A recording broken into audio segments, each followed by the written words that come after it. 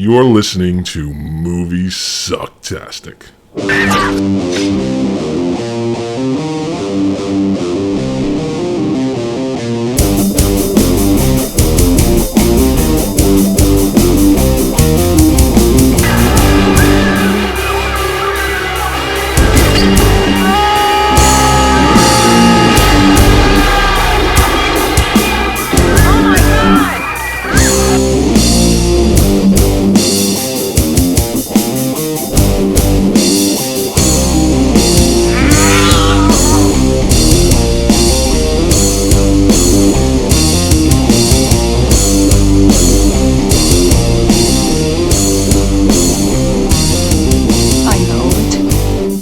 Sounds like some bad movie.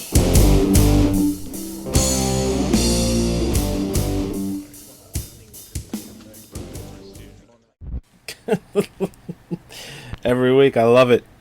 Hello, everyone. Thank you for joining us for Moviesucktastic, episode 119. Stupid Navi. It's Navi. The Navi. Like native. But Navi. Yes. Yeah, good old James Cameron for that one. What episode? What number was this? Number 119. 19. And this episode we're reviewing The Fury, a Frank Yablon's production. That's right. Now, you know what's interesting? I remember this film from when I was a kid. I remember it fondly. This is a movie that I would... Oh, you never saw this? I saw this... first time. Okay. I hold this film kind of dear to my heart because this is a film that I watched with my parents as a kid, and looking back at it now, as an adult, yeah, it's not a great film. It's really not. It's not a bad film either, though. Oh, I would say that, yeah. It's above average, but when I was a kid, I absolutely loved this movie. Love this movie. I love the whole telekinesis, the whole mind control, all of that. I love that. I thought that was just fantastic. And growing up, watching it, I would watch this on my own, after my parents, we used to watch this because my father and my mother were big Kirk Douglas fans, So it's just a film that, even though I know it's not the greatest, I love this movie. I do. But I think it's a good bad movie. Like, if we were to show this film at a bad movie day, I think everyone would have fun with it. See, I remember seeing this movie an hour ago, and since then it's kind of I kind of like lost touch with it. Yeah, it suffers from what a lot of '70s films. What? I mean, as far as it's got a John Williams score, though. It was nominated for an Oscar for it and everything. Ooh, yeah. Ooh. I'm not big on the scores. Don't you own the Conan the Barbarian score? I like the opening score, though, because it was like... It goes higher and higher. Right. Can you feel the fury? Can you feel it? For those who like shocking. For those who like suspense. For those who like watching toy trains fly off the tracks. The film suffers from what a lot of films did in the '70s, which was poor, and which De Palma suffered from a lot of times was poor pacing. In some instances, like any director, he kind of falls in love with the image. And so sometimes there's a slowing of the pace. I think a lot of great directors have that problem, where sometimes it'll just be like, yeah, he's looking at the shot, isn't he? Because we're waiting for the dialogue to come up. He's definitely he puts himself in that category. And you can see the budget too. I mean, when the car chase sequence and stuff like that. When oh, good, now we're on the close set, and right. I mean, he learned his lesson when he did Blowout, though. Oh, sure, Blowout looks beautiful. Never mind. Fucking I like slow Blowout. motion tire blow. Didn't we watch that one together, or it was No. no? No, we haven't. Why do I have this memory of us watching Blowout, or at least talking about it? Maybe in the beginning stages of when we were doing the talk of doing Moviesucktastic. Sure, we talked about it, but I've never watched it with you. I've only watched it once by myself, alone, in the dark. In the dark. Oh yeah, and De Palma with the slow motion sequences. How about the when the girl's escaping? Right. And just her in the dressing gown, and then and the only thing worse than a badly executed low budget car accident is one in slow motion. Yeah, right. Because then you can see the person leap backwards when the car almost hits them by 3 inches, and then fall through the plate glass front windshield, which doesn't exist. They don't make them like that. And you know who else was in Blowout? Dennis Franz. Dennis Franz, yeah. Dennis Franz. Oh yeah. Well, no, I'll get to that later. But yeah, a lot of slow motion sequences. My favorite part of that slow motion sequence is she's running towards the cab, and then they show Kirk Douglas and the gun, and I'm like, shoot her. That's it. End of the film. She just shot the girl. It's like, yeah, fuck this. But back to the Fury. Oh, well, we're still talking about the Fury. We are back and forth. We go through everything. If we're talking about the music, we're talking about the sound in the Fury. That's right. Now, the main plot of this, the main plot of this film is Kirk Douglas. It is pretty thin. His son has all of everything from mind control to telekinesis to he's got psychic powers. Psychic powers, all of that. Yeah. And the government wants him to work for them. They want to train him or basically brainwash him into being a weapon.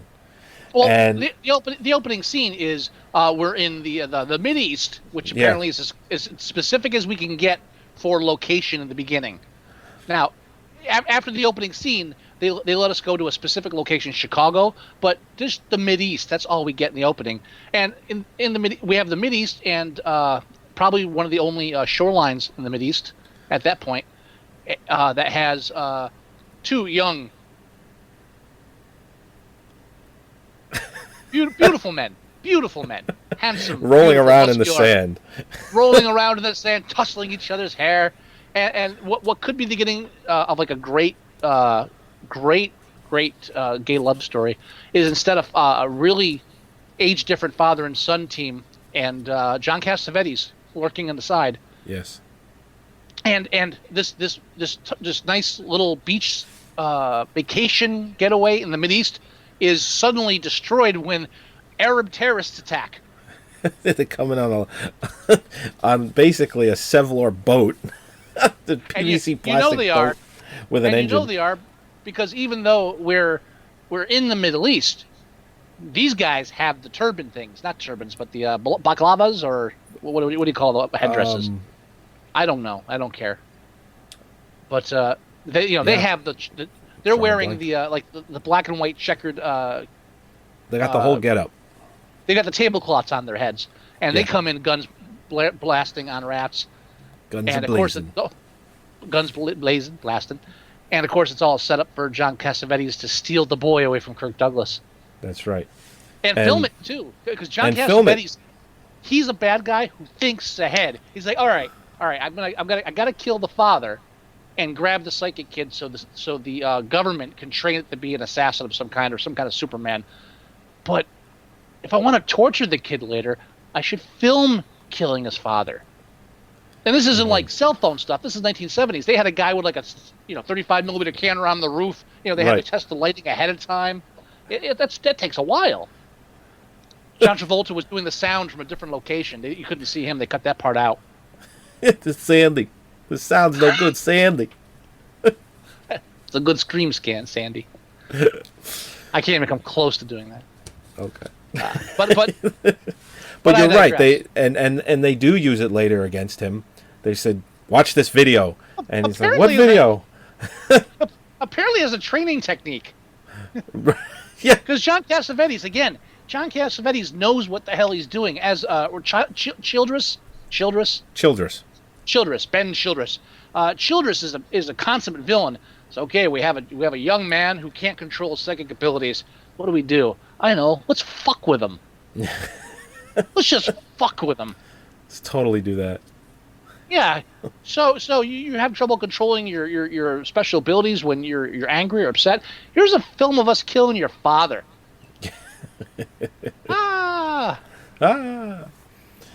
But yeah, no, it's and to move on with the plot very quickly, because that's easy to do. You stopped me. I had to. Sorry. It's okay.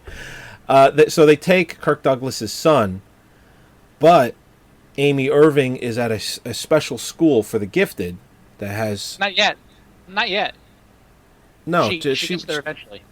No, she was at that school where they hook her up to the train and all that, the telekinesis stuff. School. Yeah, but then that was a private school. Then they take her to the special school. Run by Charles Durning. Right, yeah. Where he used to be. Right, exactly. Right. And Kirk Douglas the entire time is trying to find his son, and the one woman that works at the school, Hester. What a terrible name. What a horrible name for a woman. What a horrible, unsexy name. You probably couldn't get unsexier than Hester. I can. The actress's real name, Snodgrass. That's her real name? Carrie Is Snodgrass. that her last name? Yeah, Snodgrass. Okay. Because she went into acting and decided, no, that's a good name for an actress. I'm going to keep that. Right. I know a Ratna.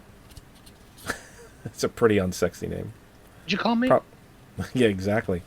So anyway, Kirk Douglas is seeing Hestra, who happens to work at the school. Hester. Oh yeah. Hester. Yeah, Hester. He's using her. And he kind of cares for her too, but yeah, he's mainly using her. Yeah, he's not heartless. He's just conniving and manipulative. Like the scene where they're in the van and they obviously had just had sex and they're both next to each other. She goes, "Well, maybe I can help you out," and he just grabs her super tight. He goes, "Oh, you're so dumb. you're just so dumb. You'll listen to anybody, won't you? You can't do this. You'll get hurt." My favorite part, where I wish we were watching this live and commenting on it, was after Hester dies, helping him break the girl out. Right. Gillian. They're in the bus and they're talking about, "Oh, I killed her. She would have done anything for me. I killed her." And then Gillian's asking him about, about Robin, and he says, his mother died during childbirth. I never married again. It's like, why not? Well, I never met the right person. It's like, what about Hester? It's like, oh, you mean the woman I just got killed? There's like that silence. He starts crying. I'm thinking, oh, it's too soon. Too soon. Awkward. And let me tell you, the woman whose blood is on her hands, how come he didn't marry her? When she dies too, she couldn't die in a much more unbelievable way either. I mean, she gets hit by a car, but I'm sorry, she could have gotten out of the way. I'm convinced that she's not dead. He just assumed, she's dead. He didn't bother to go over and maybe see if perform CPR or anything like that. She's like, she just got hit by the car. Time to move on. No one checked for a pulse. Nobody. No. She went to the windshield. She's a goner. She's done. Yeah, she probably could have just stepped over. There can't be that much. One step over and avoided that car. There could have been that much damage to her head, considering how easy that glass broke in the windshield. Snowball would have made that shatter. Sure. Would you have married Hester if you hadn't killed her? I had sex with her in the back of a van all the time. There's never anywhere else. She's just a fucking. She's like just a doormat for him. It's horrible. Yeah. They really don't play up enough how much of a bastard he is for that too. Yeah. I need your body. Well, when he calls, when he calls her up, "Hey, baby, I need you, baby. I need your body." And she's like, "Oh, that's right. That's the code. When you call me, you pretend to be a pervert." And then we go have sex in the back of a van. Because he is a pervert.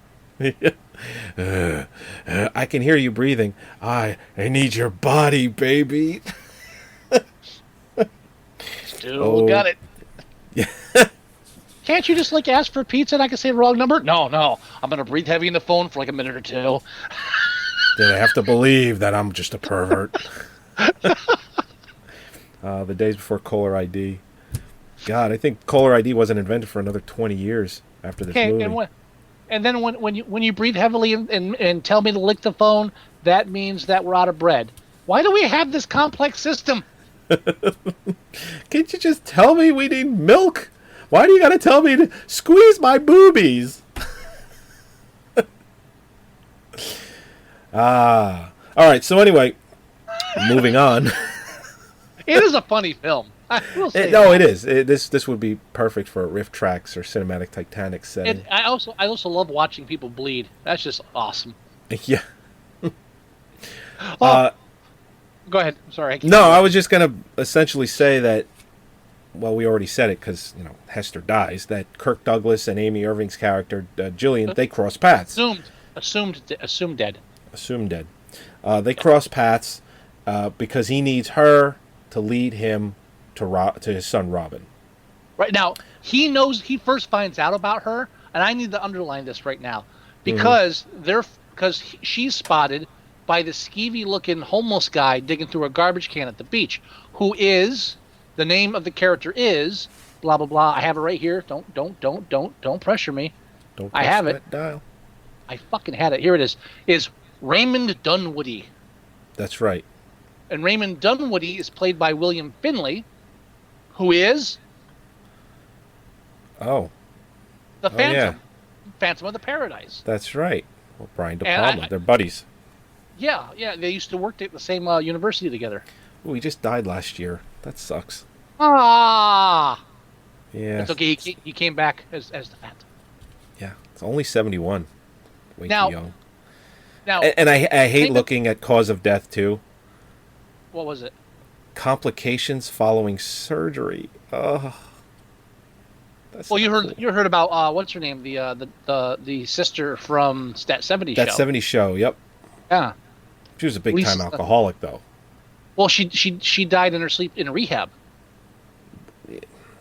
They don't have cause of death yet.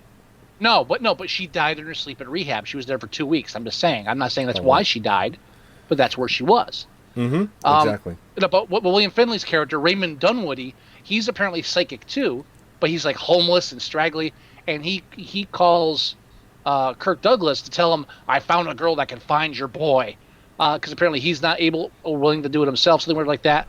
And then Dunwoody drops out of the film entirely. Completely. You just hear his name mentioned a couple of times. Yeah, and apparently he's a psychic that the CIA is not willing to kill for, or the agency morgue. So I want to see that character in a movie. I want to see that story. I want to know how he became a homeless guy, or I want to see him like just get out of that. And that actually kind of leads to what psychic film does that lead to? A homeless guy because of his psychic abilities. Come on. Homeless guy because of his psychic abilities. Beginning of the film. Another big director. Oh, you're making me sad. I'm drawing a blank. Scanners. Oh, right. The main character's homeless because he can't control his powers. Dude, come on! I'm running circles around you here. Wait till you find out what my challenge is. Yeah,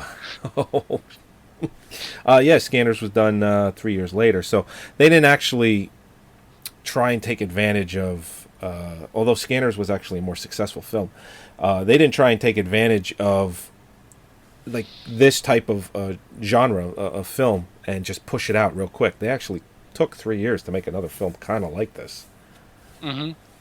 Well, Scanners was a little bit less commercial, whereas this was a little more commercial. Also, this was based on a best-selling novel from a couple years ago, so they were riding the popularity of that book. Now, the novel, which was written by John Ferris. It wasn't Philip K. Dick? No, it wasn't Philip K. Dick. That's a joke. I know. Mm. It was written by him. He wrote the screenplay as well, and he wrote 3 other books in the Fury series.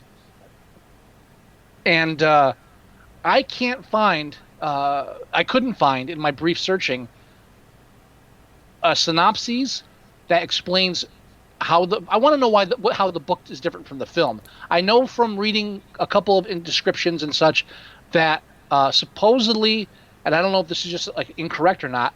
In the book, the Kirk Douglas character actually tries to kill his son. I don't know if that's incorrect or not. Also, there's a subplot from the film that they wisely got rid of because it would have taken too much extra time to try to explain and make plausible that the two are actually twins that were separated at birth. Oh. So that's why they have this psychic link and why they're so similar and the same age. And You know you almost get the feeling they kind of cut it out because they go through the trouble of saying he's a boy your age, and they mentioned that his mother died when he was born, things like that. So it's almost like they were setting it up, but they realized that they had to cut it out. Now, I wouldn't be surprised because De Palma and Lucas Spielberg, they're all great buddies. You know, they're all great friends. You really think De Palma and Lucas are like in the same? No. Well, I'm getting to my point. Okay. Like when Star Wars was made, Lucas showed it to Spielberg and De Palma and asked, what they thought of it. That's how good, friends they are. Now, the underlying subplot of Star Wars is that Luke and Leia are twins that are separated at birth. That you don't find out until, a little later. But I wouldn't be surprised. This is just me guessing. Because De Palma and Lucas are good friends, that one of the reasons why De Palma avoided that was because it was a subplot that was going to happen, because it didn't happen in the first film. You didn't find out until Empire that they were brother and sister. That was something that was going to happen in Lucas's movie, Empire Strikes Back. What's this look on your face? That's a bit far fetched, isn't it? But it makes sense? No, it really doesn't. Listen, I'm not saying he wasn't going to cut it out because it would be too difficult to explain and make plausible. But I also wouldn't be surprised if the reason why he didn't keep it in there was because it was the exact same subplot for Star Wars that his buddy Lucas was in the middle of making. Because he was afraid that this horror film would be some kind of competition for his sci-fi epic on a subplot level. No, not at all. Just the fact that he didn't want to kind of take a. I'm sorry, Joey. Like to have the same kind of subplot. I have to call bullshit on this one. Gotta call complete bullshit on this one. I don't know. I think half of everyone listening agrees with me. I think those numbers are way off, and I demand more polling. So I think there's only one thing we have to do then. It's a 2-hour. We have to interview Brian De Palma now. Okay, he should be easy to get, right? And after Mission to Mars, yeah, I'm sure he is. Or the Black Dahlia. I can't bring myself to watch it. I can't. I don't. But it's a 2-hour film, and it's already and I think De Palma was like, subplot about twins, slow motion direction scene, subplot about twins. I think my slow motion wins on this one. That's all. I think that's basically what happened. And considering that it's rated R, this really could have been a PG. If you cut out just a little bit of blood, just a little bit. Yeah. There was a lot of blood. You got people bleeding from the eyes, bleeding from the fingernails. You got people come on. spinning like whirling dervishes, spraying blood all over the place. As far as a horror film goes, it's pretty fucking tame. Well, the MPAA is a little squidgy when it comes to blood. Plus, we're shooting people. We got face shots, gut shots. I like when his girlfriend gets killed and he takes it all out on the jogger secret agent. Oh right. Like, I just pumps round after round into his fucking jogging chest. Bam, bam, bam. And then he turns and he's got his gun pointed at the girl. And again, it's like, just do it, do it, do it. We're already at the 1 hour mark. Come on, hour and a half. I think hour and a half at that point. Jesus. God, it went on for it felt like it was longer than a 2 hour film. It just went on for what felt like forever. Yeah, and you don't really see Andrew Stevens, the actor, who pretty much built his own little like direct-to-video movie empire after this, after his acting kind of stuff. Yeah, during it. Whatever. Yeah. But you really don't see much of him until the last half hour of the film. After that opening, he's not in the picture until you start seeing flashbacks, and then when you finally do get to see him, he's just a whiny brat. And he's an asshole. Which I guess is what happens. Asshole. Which I guess is what happens when you take a happy kid, kill his father, give him everything he wants, and then just mercilessly fuck with him. Right. And then have the head scientist or whoever, the woman's like sleeping with him just to keep him happy. He's like, what is he supposed to be? Like 17, 18? And she's supposed to be in her 30s or early 40s, and she's just betting him. I see nothing he wrong wants with to that. make me happy. I see nothing wrong with that. I don't know what you're talking about. Yeah, I mean, fucking John Cassavetes, he just basically comes out and how does he make love? he wants to make me happy. How was he in bed? How was he in the sack? How is he in the sack? He's trying to shame her. Yeah. This is the part where Kirk Douglas, he's like, oh, you're just so gullible and just dumb. You're just a dummy. You'll fall for anything. I'll be waiting in a cab 3 blocks away. Everything's going to be fine. It's happening tomorrow. Tomorrow? Yeah, I said tomorrow. Just make sure you got your A game, or you might die falling through the windshield of a cab. Now the film was shot in Chicago. I'm only bringing this up because of the since we talked about him being a brat. There was that scene where she takes him out for some fun, and she meets some people at a bar, and he's like, "Who you gonna screw first?" And then he gets angry, so he makes like a rolling coaster thing go too fast and makes some more Arabs die. I was gonna say, yeah, it doesn't go for anybody else.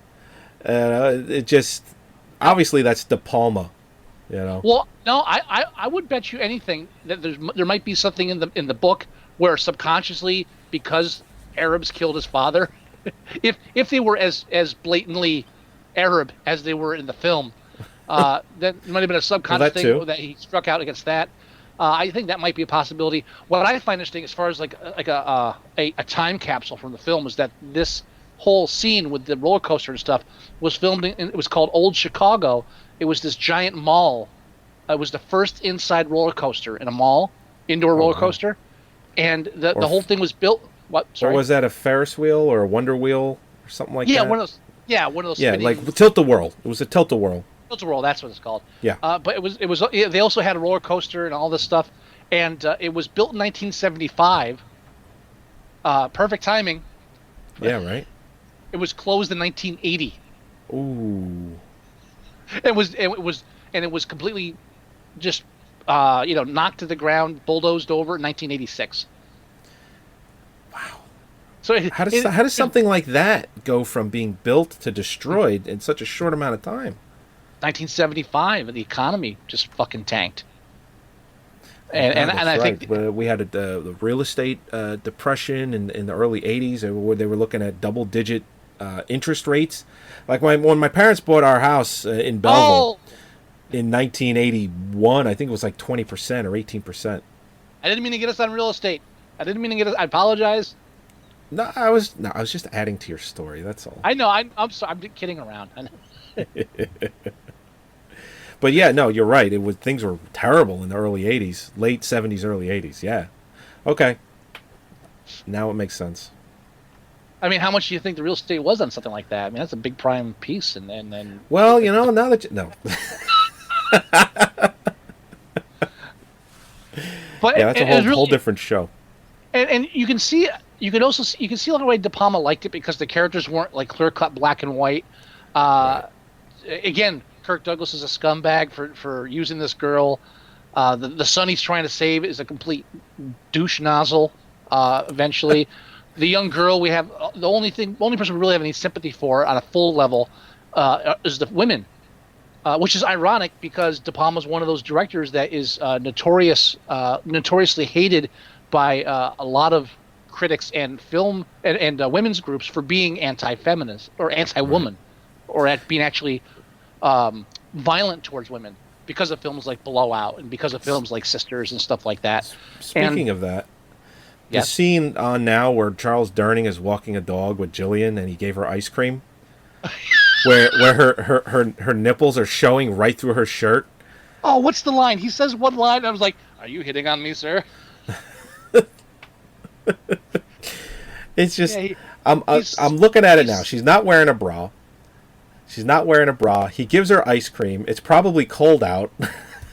It's like De Palma. He's smart son of a bitch. He's such the predator. He's such the predator in that film. in that scene.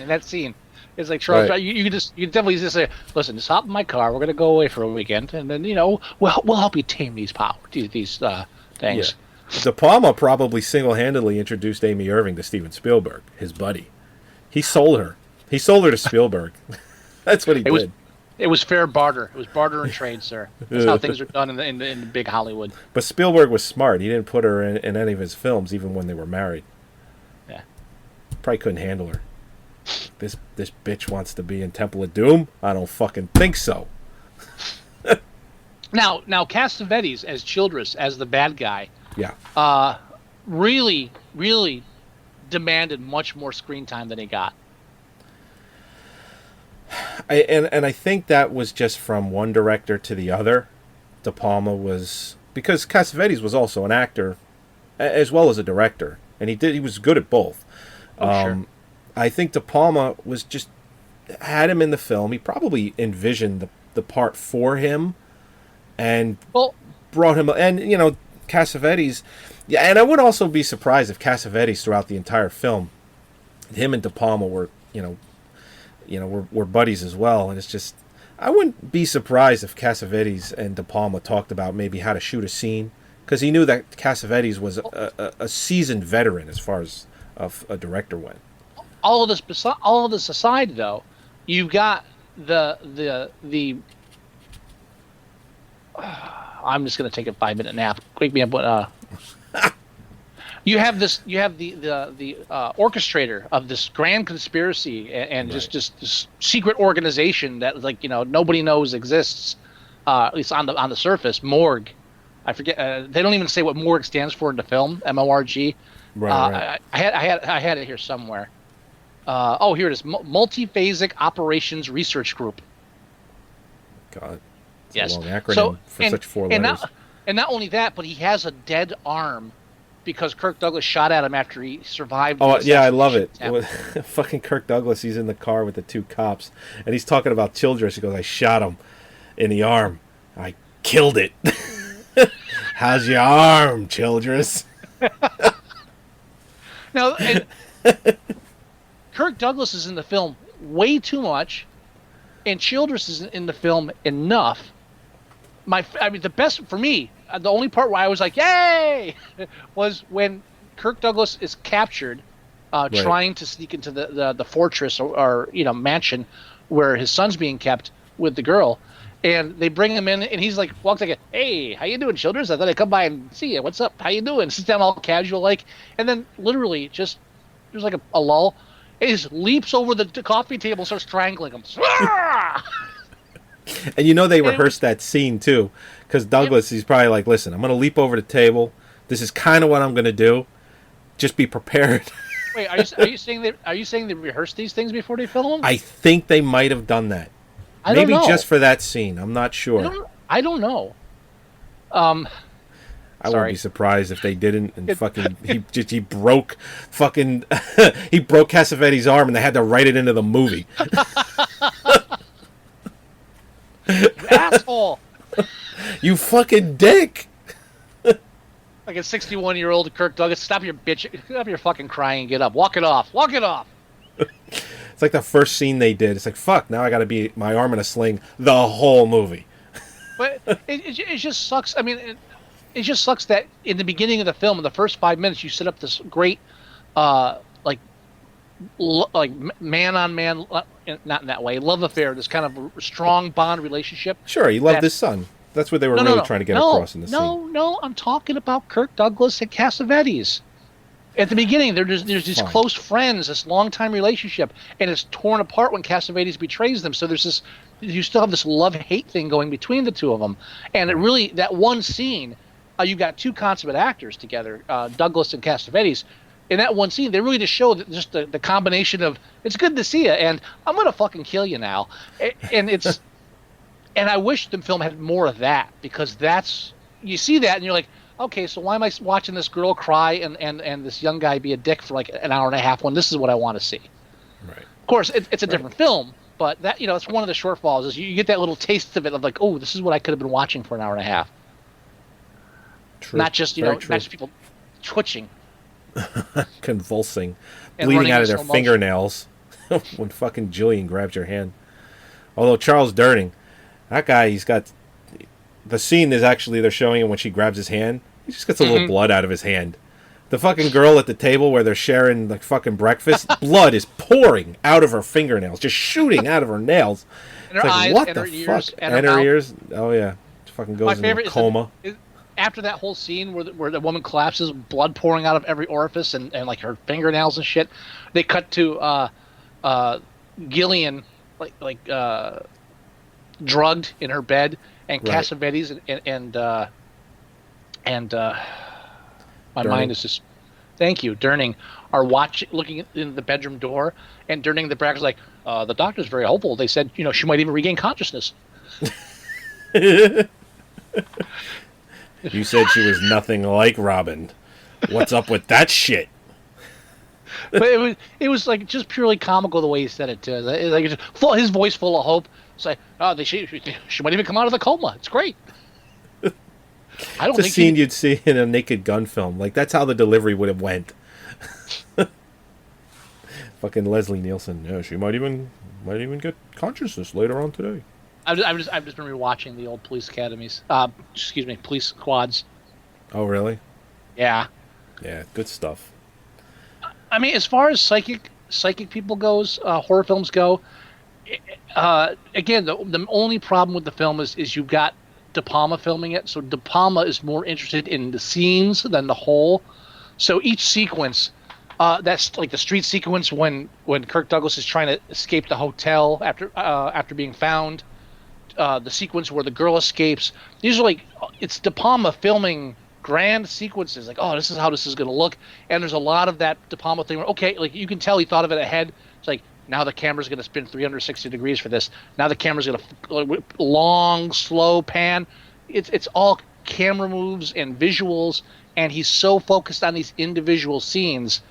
I read a couple reviews. I think an Ebert review I read on this where he praised him, saying, "Oh, when the girl and the boy have their psychic fits, that's when De Palma shines, and that's when it all comes out."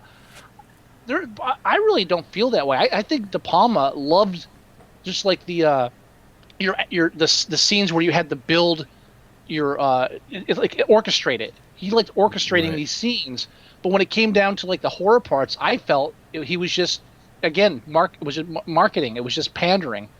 I don't think there was any true love for whatever he was filming there. It was just get it on film. I saw De Palma, meticulously sculpting when it was just shit like, now she runs out of the building and we're going to do this for 5 minutes. And I agree with all of that. But when your best friends are George Lucas and Spielberg, and they have back-to-back years of two of the biggest films ever created, I bet De Palma has a little healthy competition going on, saying, this needs to be bigger, needs to be better, this needs to be, something no one's ever seen before, or if they've seen it, it's got to be done in such a way that they're going to remember it. Well, without invoking those other directors' names, how about just, I did Carrie and everyone loved it, but it didn't do that well in the box office. I need a bigger hit. That's enough motivation. Yeah. So again, that's what all I'm saying is that in the reviews I've read, where like Ebert's review, where he says that those are the best parts of the film, where the psychic, I think the psychic parts of the film are the weakest parts, just because it's so typical, and I mean, there's not much you can do filming blood coming out of people, especially when you're trying not to show enough of it where they're going to make you cut it some more. Right. So, I mean, when you got your bad guy bleeding from the eyes at the end, give me some more of the bleeding eyes. Don't have him turn away from the camera for like most of that scene. That camera's got to be up in his face, bleeding it free from the eyes. Well, they spent their entire budget on that explosion. Ooh, and that was a good explosion too. It was good too, and my favorite part of that, even as a kid, was when she kills Cassavetes and he basically explodes. Spoiler alert! Spoiler alert! Well, we were talking about blood coming out of his eyes. I think they were expecting him to be dead. Oh, I can't assume that, but go ahead. Of course. Well, anyway, when he does finally explode, you see his head slowly like fall to the ground, and it's to this day, it's like when I rewatch it, I'm like, that's still a cool scene. That's still fun to watch. And I think of it as the Jackie Chan effect. You can tell when they filmed it that they had like 20 cameras pointing at it, because we only get one shot of this, people. So even though he cuts it together real quick, they show it from every angle, like explode over and over again. So it's like when you watch Jackie Chan and he does a really dangerous stunt and he filmed it from 5 different angles, they show it like 5 times over from each angle. It's like, we're not going to edit this together. Watch it happen 5 times over from different angles, because that's how awesome this is. Don't they show Cassavetes convulsing in the trailer anyway? They should. That 2.5-minute trailer pretty much has the whole film in it. There's not much. Oh, it's got everything but the slow motion. I know the TV spot that they have. I have the TV spot. We didn't play it because we opted to do the trailer instead. Not only do they show Cassavetes convulsing, but they show him explode in the 30-second TV spot. They show the last scene of the movie in the 30-second TV spot. You gotta love it. You gotta love it. It's crazy. Bastards. It's absolute craziness. I mean, I don't have too much to add on the film. A lot of people that review the film, they go a lot into into the actresses like Carrie Snodgrass and Amy Irving, but Snodgrass. Apologize. Snodgrass. Well, I'm not really that interested in their careers. I think who was it? Was it Amy Irving? Was she the one that was in Carrie 2? Yeah, she was. She was in Carrie as well. She was in the second one. Yeah, she was in Carrie. She was in Carrie. She was also in the second one as well. Right. But the other she was one of the teachers. She had a small part in the movie. Right. Now, Carrie Snodgrass, though, she had been in some early films that had gotten a lot of critical acclaim, like Rabbit Run, and she left film. This was a big comeback film for her, if I'm correct. Yeah, because she left film to marry Neil Young, who was the or be with Neil Young. I'm not sure if they actually got married, because she had a son with him. Oh, okay. So there was she kind of left the industry to do that, and then came back later. So this was her like return to film, as it was. She died in 2004.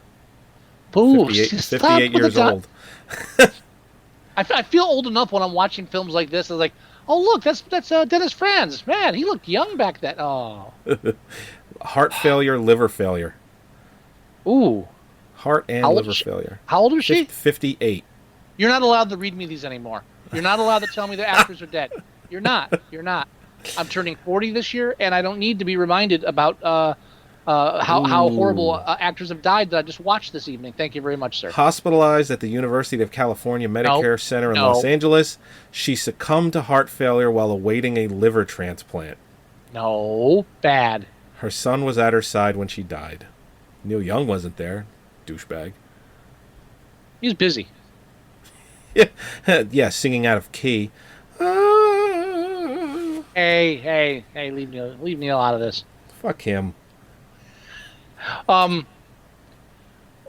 do you think about the film as far as the rating goes? It's right now it's 6.1 on IMDb. I've got 6.3. Oh, really? Yeah, refresh your screen. 6.3. Look at that. It went up. In the time that we started the show, it's gone up 0.2. I'm totally fine with keeping it at 6. Yeah, I think 5 is a little low for it, because I do think it does have some good elements in it, some good directing, but it's definitely not worth more than a 6, in my opinion. I would only go 7 if the horrifying scenes were the scene for those who like shocking. I mean, the one of the big scenes they have is the tilt-a-whirl accident, and that is like the most unhorrifying comical death I've ever seen. Yeah. You could actually just put a laugh track in there, and you'd believe it was filmed to be a comedy. It didn't really sell it. So I would go. What? What's disconcerting about that scene with the tilt-a-whirl is that's all it takes to loosen up one of those things is one little bolt. No, I don't think so. It's a long threaded bolt with a nut at the end, and all he did was loosen up that nut, and then right across the fucking mall. Yeah, listen. I don't need to be thinking about shit like that. I've seen better amusement park deaths in films from that time period. So yeah, I would. And when he levitates the doctor because he's done using her, I can hurt you without touching you. I'm done with you. I don't love you anymore. Yeah. And he levitates her and starts spinning her. I want to see like her spinning like a top, and I want to see bits of flesh and blood spraying everywhere. I just don't want it to cut away and everything gets smoky because a dinner tray fell in the fireplace. It reminds me of that fucking crazy arm thing that you would hook up your hose to in the backyard. What? You never had one of those when you were a kid? No. Did it shoot blood? It shot water, but okay. It would spin in a circle, and it was like an octopus. It had like 8 arms, and just water would shoot out of those things. Yeah, I remember that too. Him spinning around that room kind of reminded me of that. Hey, again, I saw this when I was a kid. All right. I'm not saying I'm all there. Well, none of us said that, sir. Uh-huh. Yeah, I'd agree with the 6 stars for the Fury. All right. And you know what I wanted? What I wanted is when Gillian slips and accidentally grabs Charles Durning's hand. Yeah. I just wanted her to pull like a shining, not a shining, a dead zone on him. Oh. Like, they're gonna take you into the desert. They'll all have roller skates. Don't go.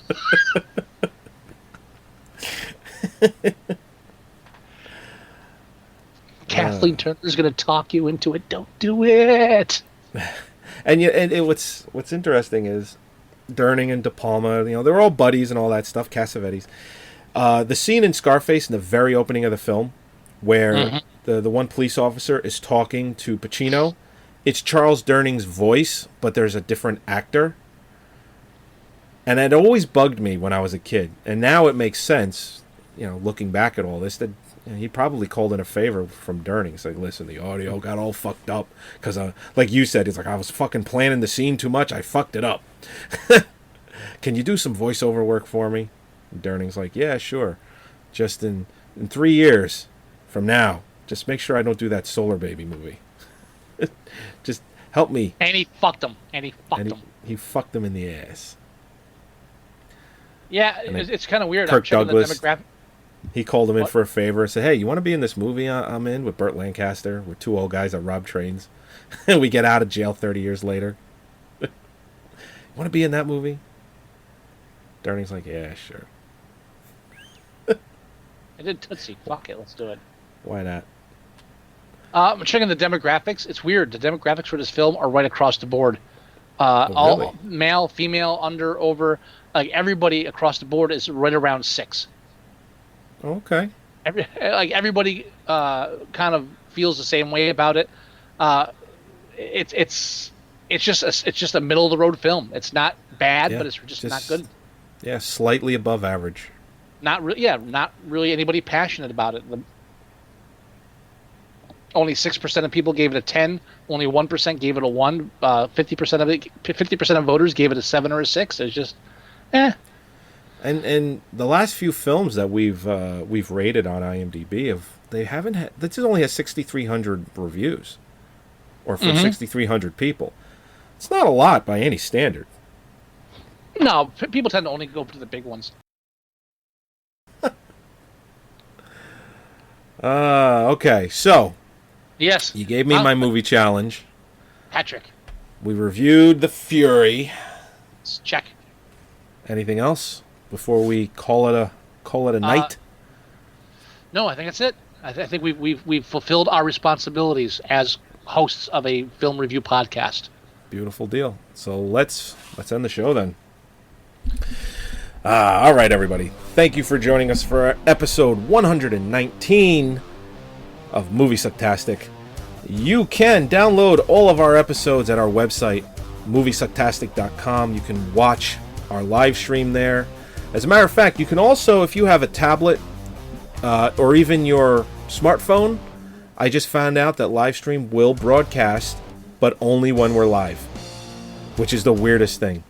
You can't go to our website or livestream.com/Moviesucktastic and watch our shows there once they've aired, but you can watch them when we're doing it live, which is kind of neat. You can also go to iTunes and you can download all of our podcasts there. You can leave us reviews. You can call our hotline at 908-514-4470. You can leave us email at themovieguys@Moviesucktastic.com. You can go to our Facebook, facebook.com/Moviesucktastic. You can go to our Tumblr, Moviesucktastic.tumblr.com. Is that right? Yes. I haven't done it since a week. We're going to record that, so you don't have to do it anymore. Don't worry about it. Yeah, no, tell me about it. Because one of them is Tumblr or Moviesucktastic.tumblr.pod I know. or some I shit like I that. messed Movie that up. pod. I apologize. Yes, we'll get that right. So I believe it is Moviesucktastic.tumblr.com and Facebook.com/MovieMSTpod. Some shit like that. Something like that. Just Google it and shut the fuck up. Yeah. Anyway. All right, everybody. You have any wisdom? Bella Lugosa. Bella Lugosa. Bella Lugosa. Oh, she can fit I can fit a whole can of tuna in my mouth. And we'll leave it at that. We'll talk to you next week.